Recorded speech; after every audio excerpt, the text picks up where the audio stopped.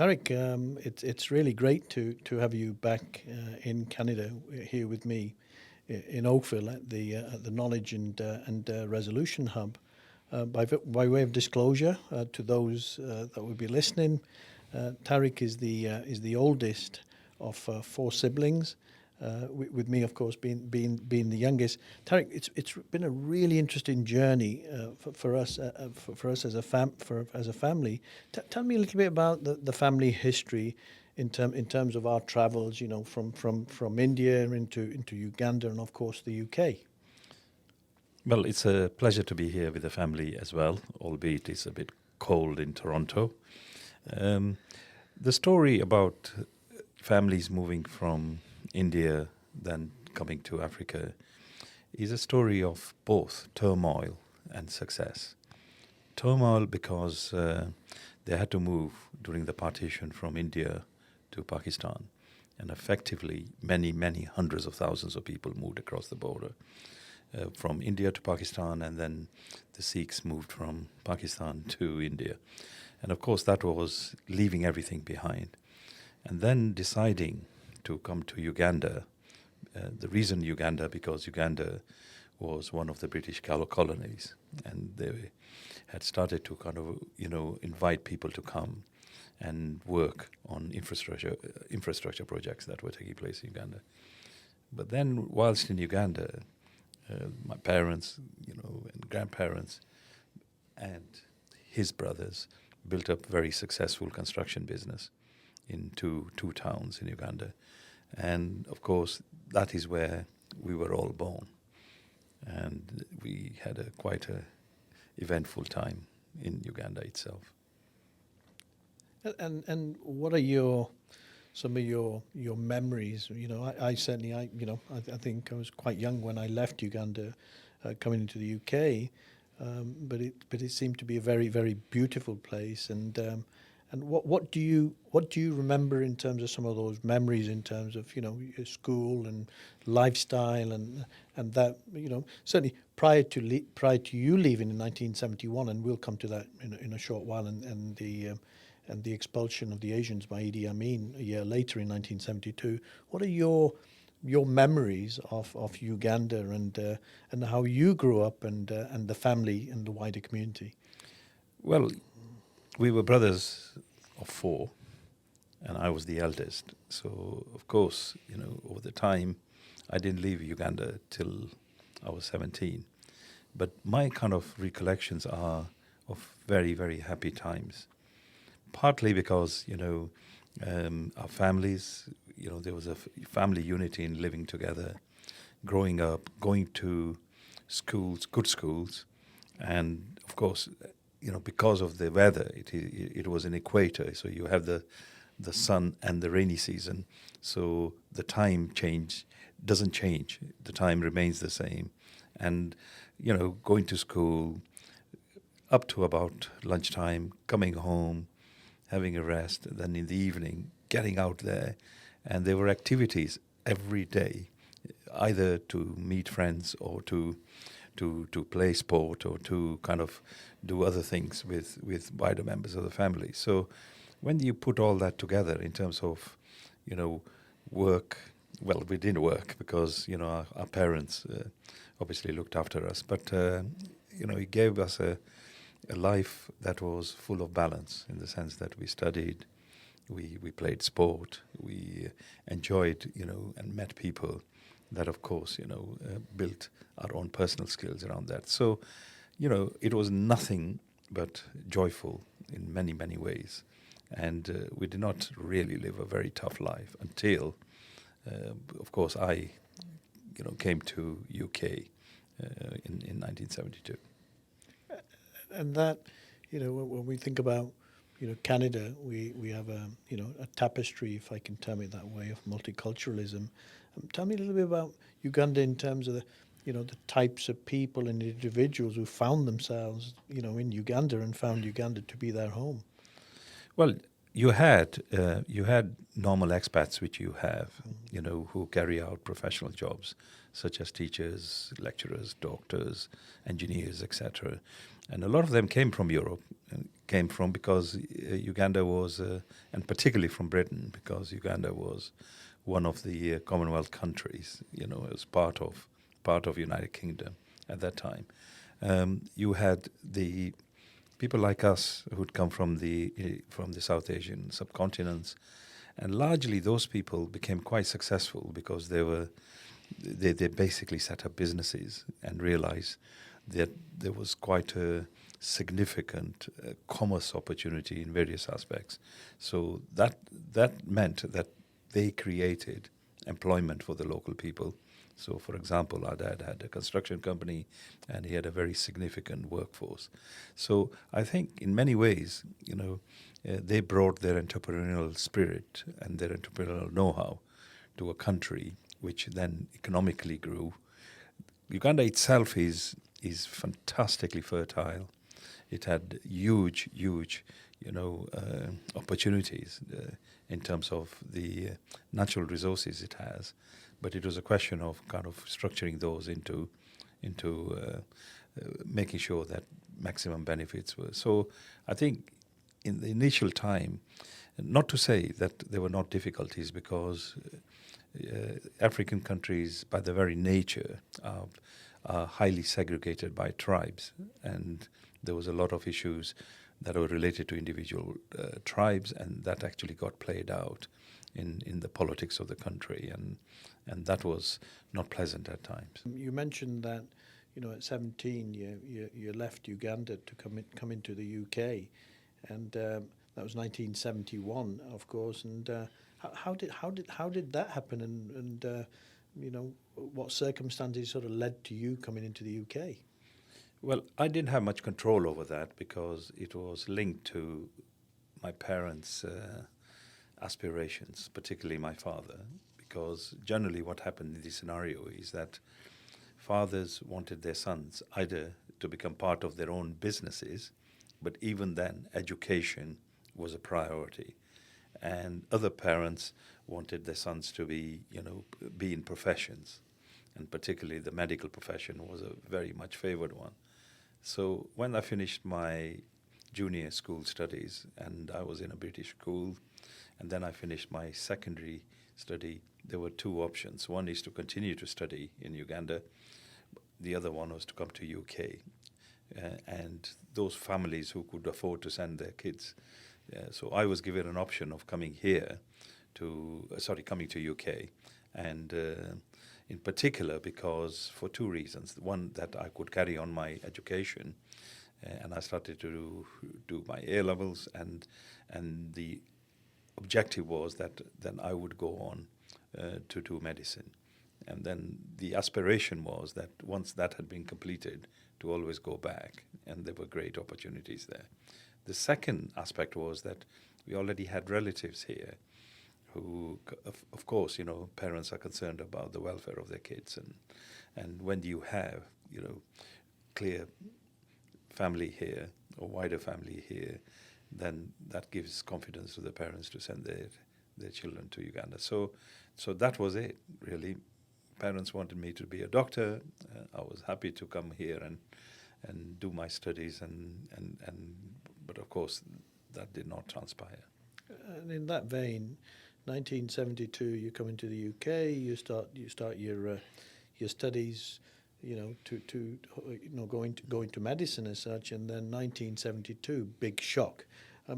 Tell us a little bit about your recollections of the circumstances that led to Asians effectively coming into the UK, and how did that impact you? And you know, was it a phone call from Dad, or how did you suddenly hear, you know, that your family is now coming to the UK?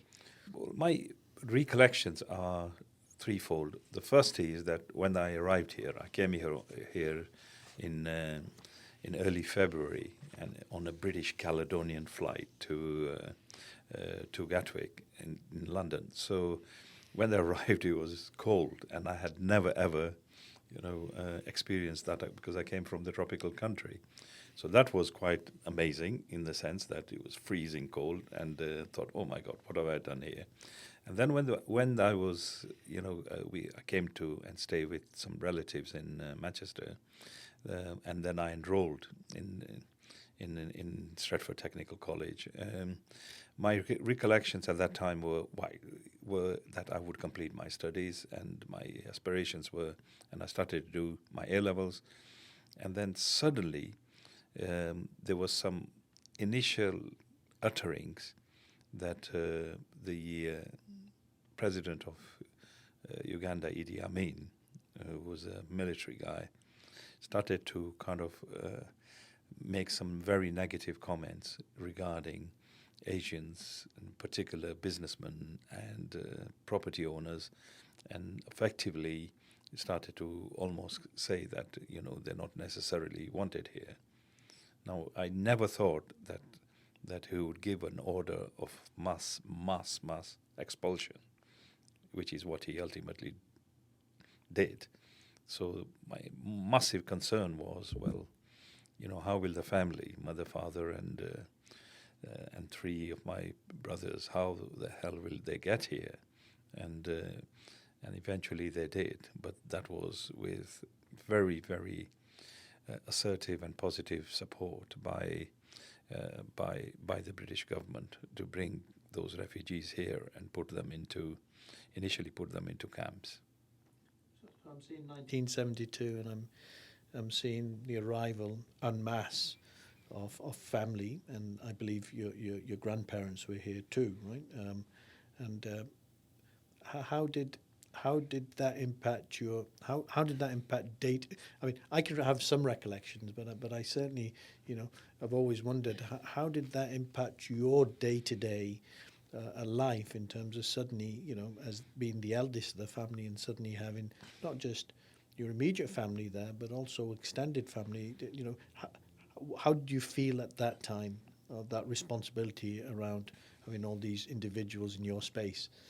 Well, firstly, you know, very relieved that everybody came here safely.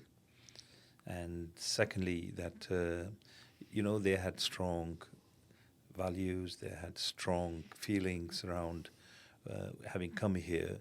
They didn't really want it to be a burden on the state.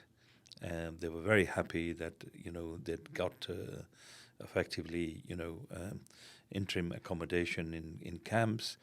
But the most important priority was that to make sure that the parents and my brothers came to Manchester, and in some ways started to kind of live, you know, normally as people would do. But it was quite clear that there's going to be a radical change in terms of what we had to do, because they came here with nothing. They were penniless. So in many ways, you know, me and my brothers, of course you were very young then, you know, had to do something. You know, we rented a place. I remember it was a very small place. My dad was very clear that he didn't want to be a burden to the state, and so he did not want to claim any benefits. So effectively, you know, my thinking was that as a stopgap, it would be good if I started to work. The issue was at 18, you know, because it was for monetary reasons largely, rather than any others. So essentially, you know, I had to make that decision, which I did. But the challenge was at 18, what is the best paid job, really? So we initially started working in a restaurant, and same did my brothers. One of the brothers started working for a clothing manufacturer, a wholesaler, and you know, the other brother started to kind of, you know, do his own training around being an electrician, etc. But I had an option of only joining the services, and I remember a conversation with my mum as to whether, you know, I should join the military or join the Air Force, and she just didn't want me to leave the house and go away. So through some interactions with some police officers, I thought, as a stopgap, why not consider that as a career? And then I sort of embarked on that as a job, initially as a stopgap. But of course, you know, I ended up spending 34 years in it.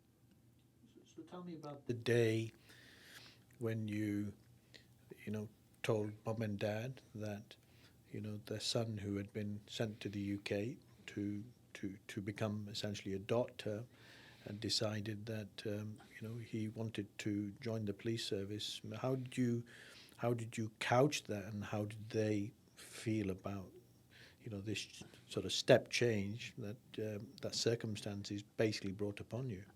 Yeah, I think they were very concerned about one thing, and that is, that policing. I mean, they didn't know much about UK policing, but obviously they had sort of experience of how, policing in in Uganda was, which was largely paramilitary, and which in many ways, other than if you made senior ranks, was not really one which there was universal public support for. So they were concerned about my safety. That was the number one issue for them. But having said that, I had to convince them that, look, this is a stopgap, and let me give it a try. And I was the first officer, who from the minority communities to actually join Greater Manchester Police. And how was that as a starting experience for you? Because I do recall that during training, I think you broke your arm or something happened. Tell me a little bit about the training aspect of joining the police at that time. You were 18, correct? Yes. What process did you go through right up to the first day of you turning up at a police station? And I believe you had quite an interesting interaction on your first day. Yeah, interestingly, in terms of training, I mean, what happened is many police officers joined at 16 years of age as cadets, and then they migrated into full-time training. And the full-time training in policing at that time was you spent 14 weeks in a dedicated training center, not far from Manchester, and you had to kind of engage fully in 14 days of learning the law, doing a lot of extracurriculum work, keeping yourself fit, etc. So I actually, in many ways, enjoyed my training because, yes, it was hard, but having said that, it was fun because you met many other people, and I learned a great deal from fellow students, and in essence, it was good. Then, when you graduate from the training, you are posted to a police station, and I was posted to one of the most kind of challenging areas called Salford in Greater Manchester, and that area was significantly difficult to police because there were issues around gangs, there was issues around a lot of violence, there was issues around break-ins, etc. So I remember turning up at a police station, and these police stations were guarded by police officers, and the police officer at the gate sort of looked at me, and I had a uniform on with the civilian clothes, and he wouldn't believe that I was a police officer, and he had to, get me standing there for half an hour whilst he did all the checks, and then of course, I was accepted in, but it was a very good grounding because you have to do 2 years out on the beat, and it was a very, very good grounding in terms of, and I immersed myself fully, and I would like to think that I was regarded as a good police officer who effectively did his job. Talking about doing one's job and that career, and I think you mentioned over 30 years of police service. Just take us through, the trajectory of, you starting off, from what I recall, as a constable in Salford, and how your career progressed from Salford, and I believe you ended your career at the Metropolitan Police in London. Just take us through that sort of progression as you went through the police service. Any particular thoughts you had as you moved up the ranks? I think the thing that occurred to me, because my intention was that I would do this as a stopgap and do it for a few years. As soon as I came into the police service, I realized that there is a significant opportunities for career development. But to do that, you had to pass your exams for sergeants and to be an inspector. And so I had started my studies, and if events hadn't taken the course they did, then I would have ended up, becoming training and studying for many, many years.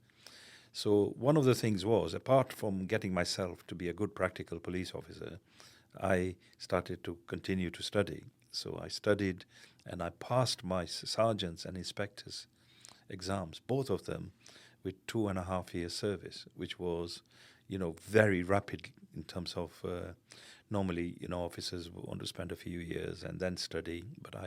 And then I continued to study because I continued to, for remainder of my service, do my degree, do a master's, and I have some honorary doctorates as well, etc. So that aspect of it was very, very helpful. Then I also played sport, so I started playing squash, and I played squash for not only Greater Manchester Police but the British Police. So I was becoming quite rounded. And then, of course, in policing terms, having worked in that challenging area, I was promoted to sergeant. I spent that in another challenging area, which was called Moss Side in Manchester, where the riots were there in the early 80s. And then I became a chief inspector. But I thought that I should move to another area, so I moved to Leicestershire, which is like a county police force, and commanded basically Loughborough, a nice little rural town, but as well as Leicester City. Became a chief superintendent in charge of that, and then moved to Lancashire as an assistant chief constable. That is the first chief officer rank. But prior to that, police service gave you a great opportunity because a few people get selected to go overseas. I became a graduate of the FBI Academy in Quantico in US. I went back, and then I was selected for the senior command course. So you get a lot of training and a lot of development. That was a 6 months. Having gone to Lancashire, it was a semi-rural area. I wanted to finish my career in London because that is the biggest Metropolitan Police, and Scotland Yard is the biggest operational area in UK. And I went there, and for 12 years, I was head of operations, head of policing in central London. I commanded the Met Specialist Crime Directorate. I dealt with all serious organized crime, and then did the operations, having started to also do the planning for the 2012 Olympics. So when you put all that experience together, it was full on, and it was significantly challenging at times, but you can imagine the amount of knowledge and experience I gained. So overall, I had a fantastic career, well rewarded, all rounded in terms of my education, as well as playing a full part in other activities as well. So yeah, I think, and one of the things I did note, if I may add, is how important, because I was the first in every rank from the minority community, and how important role models are. Because, communities need role models. Community needs people who can be pathfinders for others to follow. And at one time I undervalued that, but in hindsight, when I looked at it, how crucial it is for that kind of role to be performed by successful people, really. Tarique, my recollection, as we grew up, was things were particularly hard. Certainly at the beginning, when we came in from Uganda, and I'm now just thinking about your experience with your policing family as you're coming through the ranks. How important was it for you, and how did the fact that you were essentially on the beat, dealing with day-to-day matters in many different police forces, how did that help you when you entered essentially the leadership ranks, when now you're managing literally thousands of police officers? How does that impact you from a behavioural viewpoint, and how you think and how you behave with with the people who work for you and alongside you and above you, of course? I think it's a really good question. From my perspective, I know policing in many countries, because I've done work, but having a grounding like I got, working in areas like Salford and Moss Side, and working during the miners' strikes in very challenging circumstances, gives you basically, you've been on the ground, you've actually touched and felt and actually experienced what it is like. So, as a supervisor and a leader, you are extremely cognizant of that fact, and that is reflected in the way you would, as a leader, coach and develop and look for risks in relation to upcoming officers, and the way you kind of would gel a team together. So you had to have credibility as well, and you built a good credibility in relation to that. So that helped me a great deal, and I remained operational very significantly. I was very visible in amongst the communities. I was very visible amongst my officers, solving problems with them, and thirdly, empathizing and developing them so that they can develop themselves in career development into specialist roles or up the ranks as supervisors. But you have to be also, as a leader, policing is very challenging, it's very technical, and it's very complex. So as a leader, you have to be a thought leader in the sense that you have to think about circumstances on the ground for your officers, which can be very challenging and can be very rewarding, but you have to think as to which are constantly changing. So you've got to be kind of transformational in ensuring that you're not remaining stagnated. So that aspect in getting competent in things like managing change and leading large operations gives you a perspective that you have to then be very, very clear and learn some of the techniques and the tools and ensure that you manage some of the risks as well. So you are very much immersed in this environment, and you've been one yourself, and you're actually very kind of very, very what I would call not only transactionally strong and technically strong, but you're also learn how to manage people and transform your organization into something that always is thinking at improving themselves.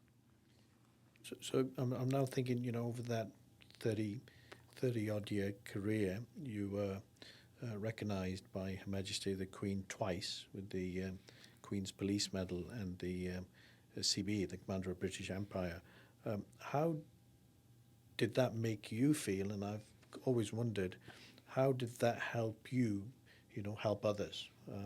Once you get this type of recognition, what does one do to it to ensure that there is, there's something for others in this recognition?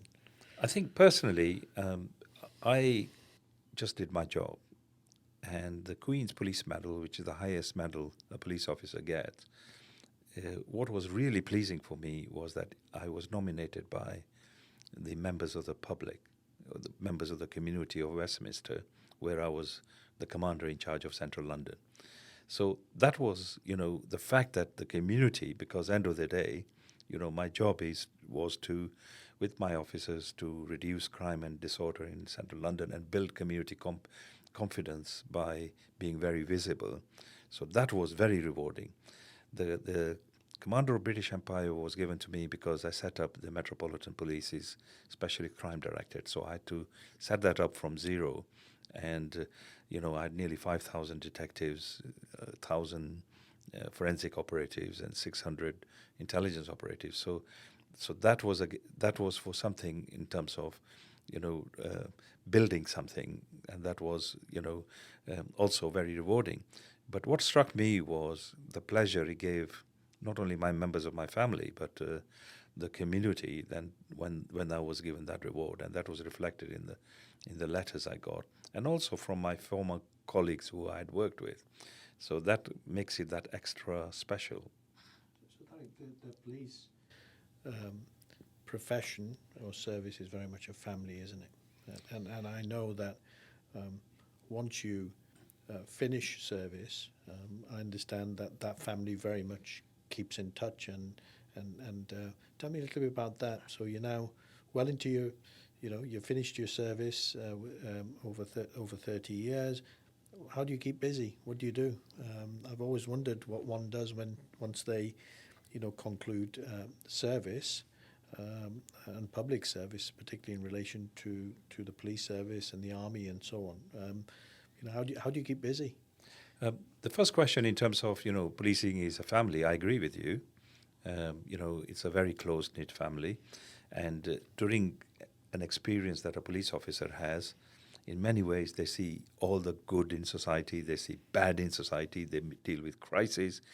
So all that experience actually, in many ways, gives you so much opportunity in terms of the work experience you've had, the life experience you've had, the team experience you've had, the leadership experience you've had, that when you leave, then, there are huge amount of opportunities, not only in the private sector but also in the public sector, and essentially, but some of my colleagues, completely move away and do not want to do any work because they want to completely change their lifestyle. And I've known people who've gone traveling worldwide, or who've actually, taken on hobbies they've been craving to take on, or take on charity work.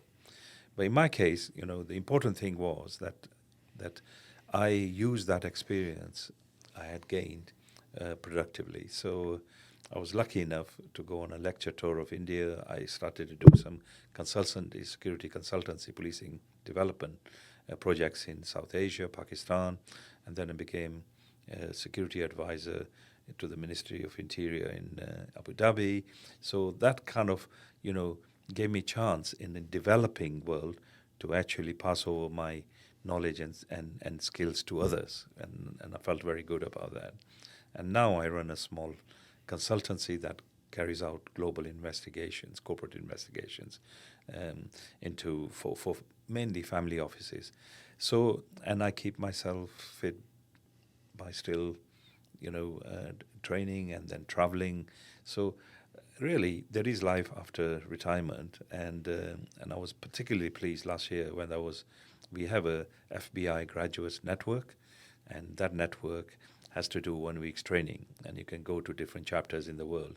But last year I was made a life member, and that's a fantastic network of about 15,000 graduates around the world. And of course, that actually keeps you up to date with law enforcement and security issues. So all that keeps me relatively busy. So Tarique, long journey, productive career journey, and lots of experiences on the way. I'm just thinking now about young people, if I may use that term, or young professionals. If you were to encapsulate your career and your experiences, what would you say to young people or emerging professionals in relation to how and what they can do to make a positive change in this world of ours? I think first and foremost, really, for young people, education is key. And it doesn't matter whether it's vocational education or it is academic education. So that is absolutely key, because that later in life gives you skills and competencies that can actually kind of put you on a career path of one way or another, or give you basically what the basic necessities of life are, that is economic stability. So, that is critical. Secondly, when you get on that path, there's a lot of things changing in the world. So you have to embark on something, that is going to basically give you great opportunities. and for example, there are huge growth in technology, and if you became, yourself technologically competent, that gives you huge amount of opportunity. And thirdly, young people have their own kind of creative norms and values, right? And use those to your benefit. Use those to your benefit, and make sure that you also look after yourself, because the way you look and the way you kind of look after yourself, and don't get distracted by what some very few minority of people do, which is wrongdoing, then effectively you create a very strong foundation on which to build a good life in the future. That's wonderful, Tarique. I want to thank you as I conclude for spending time with me in the Knowledge and Resolution Hub. And I think it's very important that, and I think you use the term positive role models, and I think it's very important for us to have positive role models, and I think you have very much been a positive role model. And thanks very much for your time, and I certainly hope you have a very pleasant journey back to the UK. Thanks, Tarique. Yeah, thank you very much. One thing I just want to mention is that, Sure. I have a very tribal hobby, Right. which is called football. Oh, I So I see. just wanted Okay. to say that, because Okay. that keeps me grounded as well, Yeah, But thank you so much for giving me an opportunity. to say fabulous. Okay, something. take care. Thanks very much.